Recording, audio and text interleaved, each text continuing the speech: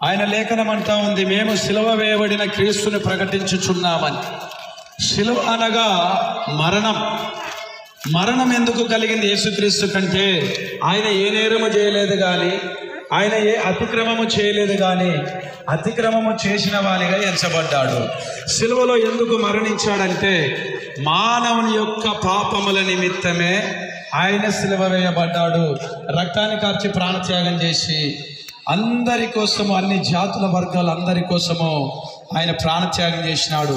అందుకే ఆయన పిలుస్తా ఉన్నాడు, సమస్త జనులారా నా యొద్దకు రండి, నేను మీకు విశ్రాంతి కలగజేస్తానని ఆయన లేఖనం సెలవిస్తుంది. సమస్తము పూర్తిగా అంతటిని పిలుస్తా ఉన్నాడు. అన్ని జాతి వర్గాలను, అన్ని దేశాలను ఉన్న ప్రజలందరూ పిలుస్తా ఉన్నాడు. ఎందుకంటే పాపము నుంచి విశ్రాంతి, శ్రమల నుంచి విశ్రాంతి, రోగముల నుంచి విశ్రాంతి, నిత్య నరకము నుంచి నీకు విశ్రాంతిని ఇవ్వడానికి యేసు ప్రభు నిన్ను పిలుస్తా ఉన్నాడు. ఆ సిలువ ఎందుకు వేయబడ్డాడంటే మానవుని పాపాలన్నీ సిలువలో మోసి, ఆయన మనం చేతులతో చేసిన పాపాలకు మేకులు కొట్టబడ్డాయి, తలంపులతో చేసిన పాపాలకు ముళ్ళ కిరీటము, కాళ్ళతో నడిచి వెళ్ళిన పాపములకై మరి మేకులు కొట్టబడ్డది. మన శిక్ష అంతా కూడా ఆయన మీద వేసుకున్నాడు.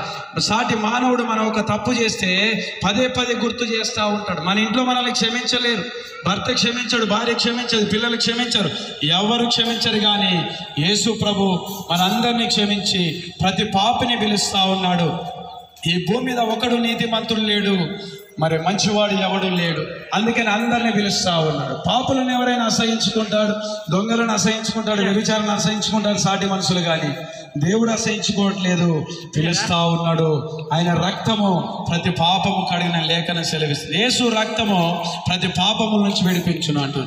బట్టల సబ్బు బట్టల మురికి తీసివేస్తుంది, యేసు రక్తము మన పాపము తీసివేస్తుంది. మన పాపం ఎక్కడ ఉన్నాయంటే హృదయంలో, తలంపుల్లో, మన రక్తములోనే ఉన్నది. అందుకే మనకు దేవుని రక్తం అవసరమైంది. ఎడ్ల రక్తము, మేకల రక్తము, కోళ్ళ రక్తము మానవుని పాపములు తీసివేయదు. కానీ నిష్కలంకమైన రక్తము, పరిశుద్ధ రక్తము, యేసు ప్రభు రక్తము, దేవాది దేవుని రక్తం మనిషికి అవసరమైనది. అగో ఆ రక్తం వలన మనిషికి పాప క్షమాపణ కలుగుతుంది. సహోదరుడా, సహోదరు వింటున్నా, నీవు ఇండ్లు, బిల్డింగులు, ఆస్తులు, అంతస్తులు సంపాదించుకుంటున్నావు. ఇవన్నీ ఒక దినమున శిథిలమైపోతాయి, ఉండవు.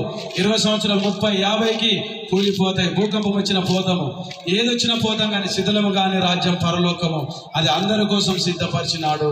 అందరం అక్కడికి చేరవలసి ఉన్నది. అందుకే మేము ప్రకటిస్తున్నాము సిలువ వేయబడిన క్రీస్తుని. నువ్వు ఆలోచించుకొని నీ పాపాలు పోవాలంటే, నీ రోగాలు పోవాలన్నా, పరలోకం కావాలన్నా ప్రభు చెంతకు రా.